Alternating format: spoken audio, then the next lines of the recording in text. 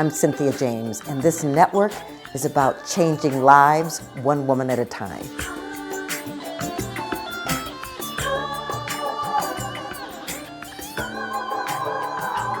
Welcome to Women Awakening. I'm Cynthia James. I'm your host, and I love that I get to introduce you to fabulous women. I get to introduce you to women who have said yes to their lives, have stepped out and stepped up, have become inspired, and are now inspiring. And so we do these every week, and we're on a lot of platforms: Spotify, Spreaker, Amazon, YouTube. Subscribe, come back every week and meet an amazing woman. You know, I have been through a lot in my life, and most of you know that, and so getting to a place where I could honor my life path and honor the fact that my wounds didn't define me has been an extraordinary journey. My guest today has done that and more. She has spent a lifetime helping people claim their true voice, right? She invites people into the recognition of all the facets of who they are. She's eclectic, right? She's trained in traditional and depth psychology, as well as alternative indigenous practices. She is a conscious energy teacher, a shamanic healer, a ceremonial leader, and a master success coach. Listen to this. She was recognized as Colorado's spiritual health guru by 5280 magazine for her innovative empowerment techniques, which inspire us to recognize our own wisdom story. She's an award-winning author. She's published and authored 6 books, including Turtle Wisdom, the series, right? 8 Keys to Wholeness, Ophelia's Oracle. And she also has meditations, right? And she's got these online classes called A Rite of Passage and 8 Essential Keys, Tools for Hope-Filled Healing and Expansive Evolutionary Growth. Donna DeNomme, welcome, welcome, welcome. Oh, thank you, Cynthia. It's so good to be here. I'm really happy to have this conversation. We have known each other a long time, and I have been witness to your growth, your expansion, your courage, and you're just being willing to step forward. And I would like to know just a little bit, people often think that people who have success in their lives just kind of dropped into it, and that's not the case. How did you grow up? Well, I was born the first in my generation in my very close-knit French Catholic family. So I was the first child, the first grandchild, the first niece or nephew. And so, I imagined that I was this beloved child. I'm sure I was for at least 4 years. There were no others, right? And I came into this very close-knit Catholic family. My grandparents owned a neighborhood, very popular neighborhood luncheonette. And so it was the place where everybody went, they hung out, it was a business. And so very early on, I learned such a strong work ethic. And also my grandfather called my grandmother boss. And so I got to see this strong female presence because she was the brains behind the operation, right? She kept everything running. So I think I was really in a very good spot initially. We lived across the street from the Catholic church and school, and I attended there from first grade through 6th. And as you know, that's where the abuse occurred, is within the church. And it was sexual abuse within a ritual setting. And so it really did have its own, I think somewhat bizarre setting to it and trappings, because it was in this ritual setting. And it's interesting to me that I've come into being an adult and was drawn to create rituals. People hire me to create ceremonies, rites of passage, and become a spiritual counselor. It's really that that balance of the wounding and the healing, which I see so much in the clients and the students that I work with. Whatever that wound is, regardless of how deep and horrific it might be, there are gifts there. We know that there are gifts there. And if we can discover those together, they often become strengths. Yes. And I have often said to people, I would not want anyone to go through what I went through as a child, but I'm very clear that what happened to me was a catalyst for what I do today. And I think a lot of healers have gone through different experiences in life that opened the place for them to become way showers. And I also want to just address for the moment, that so many people have felt so wounded by their religions, whether it was physical or sexual abuse or not, they have felt so wounded. And so you are a deeply spiritual person. What was it in you that kept trying to find your spiritual nature in spite of all of that? Yes, well, and here's the place where I feel the emotion, the deep emotion come up. And, I did go back to school and received an advanced degree in depth psychology. And was really at that time that I understood how rare it is. And yet I was the small percentage of people who, going through an abuse trauma, actually have mystical experiences. There's a small percentage. It's only about 5 to 7% of people who experience that. I mean, we know about leaving the body. That's very common, that we leave the body. And yet I went to faraway places when I left my body. And now in Colorado, I actually live very close to some of the places that I went to. I found those places, and they're here in our beloved mountains and our foothills.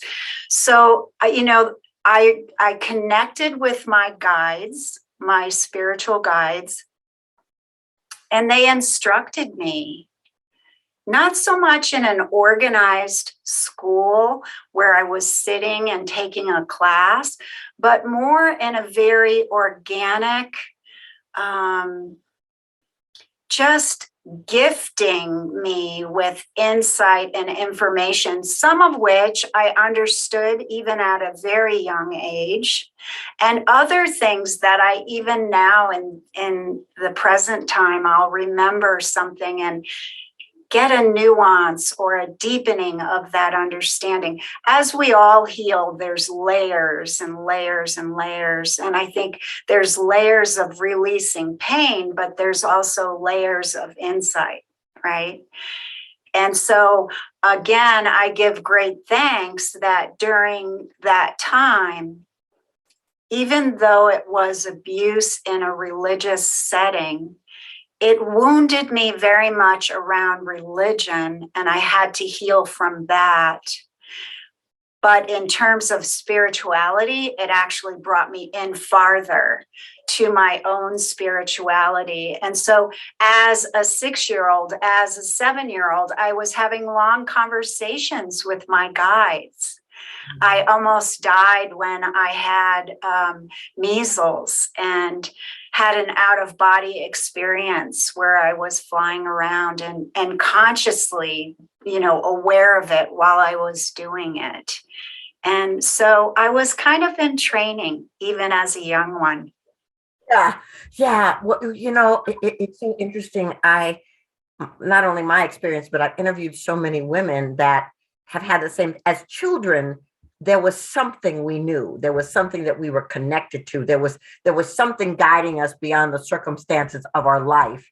And I love that you say in training, because we were being guided and supported through this process to become who we've come here to be, right? So I guess I really want to talk about the fact that, like I said, I've known you for a long time. And the woman that is sitting before me today is very centered in her being and she's very strong within herself. And you didn't always carry yourself that way. How did you move from the inner to the outer power that you become? Well, that's such a big question. I've got about 10 places that I'd love to go. Again, I think it happens in layers. I've been doing the work that I do now. I've been doing that work since 1987. So I've been working with clients and students all that time. And yet you're right. There is a deepening, I think, of being comfortable in my own skin, of being able to speak about these things. More and more, we're listening to each other. We're speaking about our own wounding. We're witnessing in circles and individual connection. We're witnessing each other. And that is just so beautiful.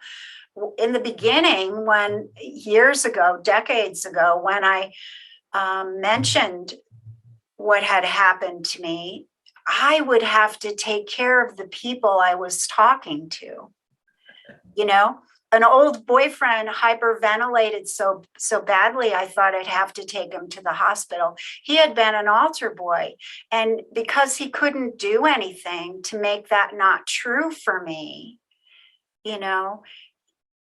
so when you ask that question, I feel like what has changed is I've stopped feeling responsible for how other people will interpret this information. And actually, Cynthia, I have to thank you because you had a little piece you had a big piece in this, really, both pushing me to actually let go of the piece that I had written, 8 Keys to Wholeness, which divulges a little bit of my story with a lot of how I work with people, the healing process, right? And the way I started that book, 8 Keys to Wholeness, I always have a copy nearby. The way I started this book is by telling that life brings us to this place where sometimes we go beyond our resistance. And the part of my life that I'd always said, no, I would never write about that or really talk publicly about that, I found myself in graduate school writing with abandon that went totally past all my resistance. And then in a New Year's meditation, I saw from my high heart that space, that sacred space between the heart and the throat. I saw 2 white birds stretch and push up through my throat, out my mouth, and fly free. And I heard a voice say, "Your wound has become your strength. Your wound has become your strength." And just in case the listeners haven't figured it out, you were leading that meditation and the facilitator for the container that allowed me to have that beautiful experience. Well, Very grateful. There's so much richness to what you said. And the first thing I want to comment on is, lady, you are not responsible for how other people experience your life, your story, your wisdom. The stronger you can become within yourself, the clearer you can become within yourself, and the more authentic you can become. That's the power that becomes your strength. That I just love what you just said. And the other thing is that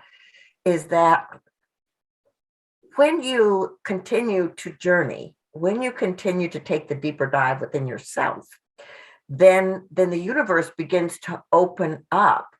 And by the way, just like Donna, your story has merit. your story is important. Your story is essential. So, what made you start writing books, Donna? I mean, what made you say, okay, now I'm going to be an author? Yeah, I was kind of tricked into that, which is interesting to me because as a child, I wanted to be a writer. I clearly remember that. I wanted to be a writer. I would think about what it would be like to be a writer. I always found solace in my writing, although I didn't get an extraordinary amount of support through schooling with that. And, I think there's a message in that story too for anyone who's listening, because I think we write for ourselves first, and then we decide what we want to do with that. And that's actually my last book, which is As You Feel, So You Heal, a rite, WRITE, of passage. Yeah, yeah.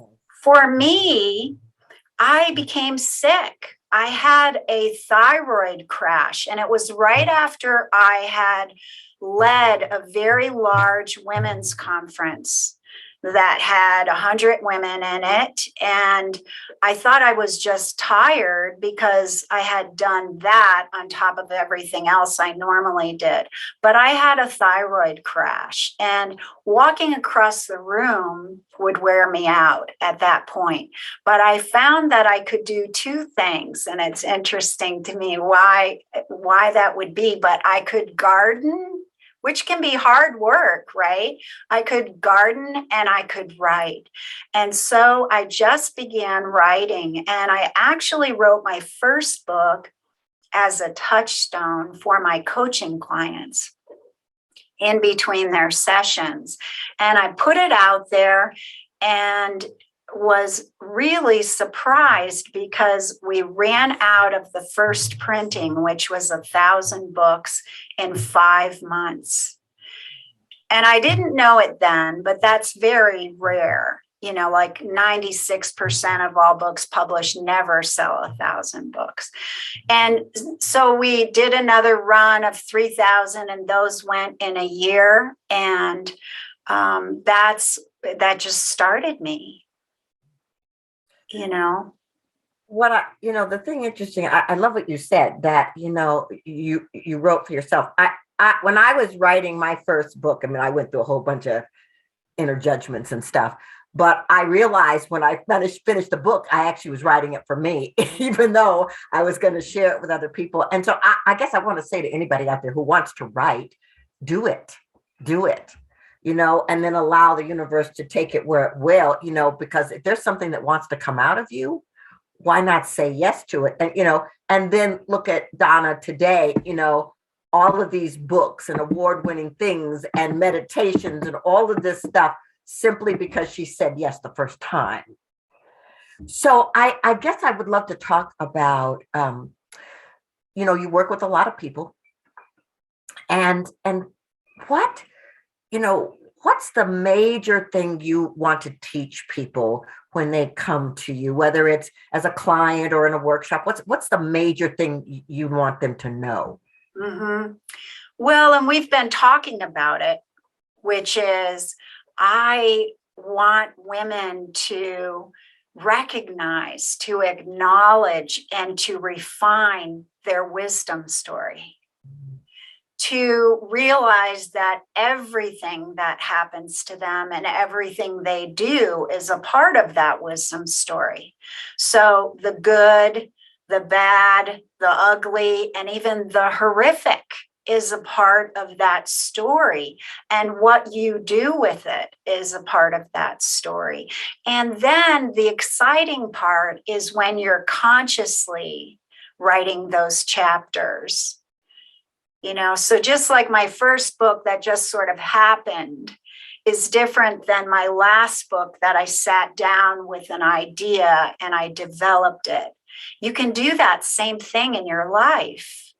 You can work with what just happened and work with that content and help evolve it, because of course that's why we're all here, is to evolve as souls, so you can evolve whatever has happened in your life. You can't rewrite the past, but you can glean the useful and the wisdom out of that past and actually utilize it as a foundation to build the future. And I hope this won't offend anybody, but basically old shit makes really good manure. That's in turtle wisdom. People love it. There's even an affirmation: caca be gone, caca transform. Love it. I really love it. And so, you have created quite a beautiful life for yourself. Um, a lot of women who are successful tell me that they have a really hard time being in partnership and in relationship. How has your success worked in relationship for you? Well, that's the interesting part, for sure. I think I have had wonderful relationships, and yet, I'm always in such awe and appreciation of you and Carl because of the longevity and the beautiful love that is so evident whenever you're together. It's still almost like when people get together and they have that starry-eyed piece. I don't feel like I necessarily have that. But where I've evolved to in my life is I have companionship, I have partnership, I share and plan and live a very full life in a love relationship. Beautiful. It's different, and I think we have to look at what all the different kinds of love and not kind of put a label on it. I can appreciate Cynthia and Carl's love, and I can have a different one and be okay about that, right? Because part of what I appreciate about my relationship is we are both extremely active and creating what I think is our mission work. And our relationship allows a lot of time for that because there's space, to do that. And I appreciate that. Well, I love that. And I love that what you said, there's no cookie cutter thing for relationship. It's like, what relationship works for you? What relationship feeds your soul? What relationship brings you harmony and peace in your life so that you can fulfill your mission? I absolutely love that. And it's quite beautiful for me to witness you opening to that level of loving in your life. I want you to tell us how we get in touch with you. How do we find you? How do we find all your books and everything that you do? My website is yourwisdomstory.com. Your wisdom. So that's an easy way, and there's lots of information up there. Absolutely. Well, ladies, please go visit this website. Please go find out more about Donna and what she does and the gifts that she brings. Donna, I ask the same last question of every guest. This show is called Women Awakening. In your opinion, what is the one thing, the most important thing women should know about the importance of their awakening? Life is so precious. It's fascinating to me that my Catholic nuns and my indigenous healers and teachers said the exact same thing, which is that there are souls lining up, just pushing and wanting to get here into this earth plane. And I think it's because we do evolve so quickly and so richly. We know now more than ever that life is precious. And so to embrace life as the adventure and the opportunity that it is to evolve. And if there are pieces in your life that aren't working for you, to consciously shift those. And if you need help, there are many of us who are skillful at helping you, but not to settle. I think that's what I was discerning in my sharing about relationships. Although I can appreciate and admire one kind of relationship, mine does not have to be less than just because it's different. And so I feel this is true for everyone, is to come to a place of peace and connect and contentment, that you know that the life you're living is truly your own. And when you get to the end of your life and you look back, you can say, I did what I wanted to do. I did what I needed to do. I look for those deep heart desires and soul's longings. Have they been realized? How can they be realized? Oh, that is so beautiful. Donna, I'm so grateful that you're here. I'm so grateful we got to have this conversation. I'm extraordinarily happy that I get to introduce you to my tribe and love the work you're doing. Thank you so much for being here. Thank you. Blessings. So, ladies, like I said, we do this every week. Donna is just a beautiful example of what women are doing on this planet. This is our time. This is our time for emergence, expansion, growth, and to bring our wisdom here. And so please remember that you are an original imprint. Please remember that you have gifts that only you can share. And please remember that you are necessary. Please come back every week and meet another woman and know that I'm extraordinarily happy to be with you.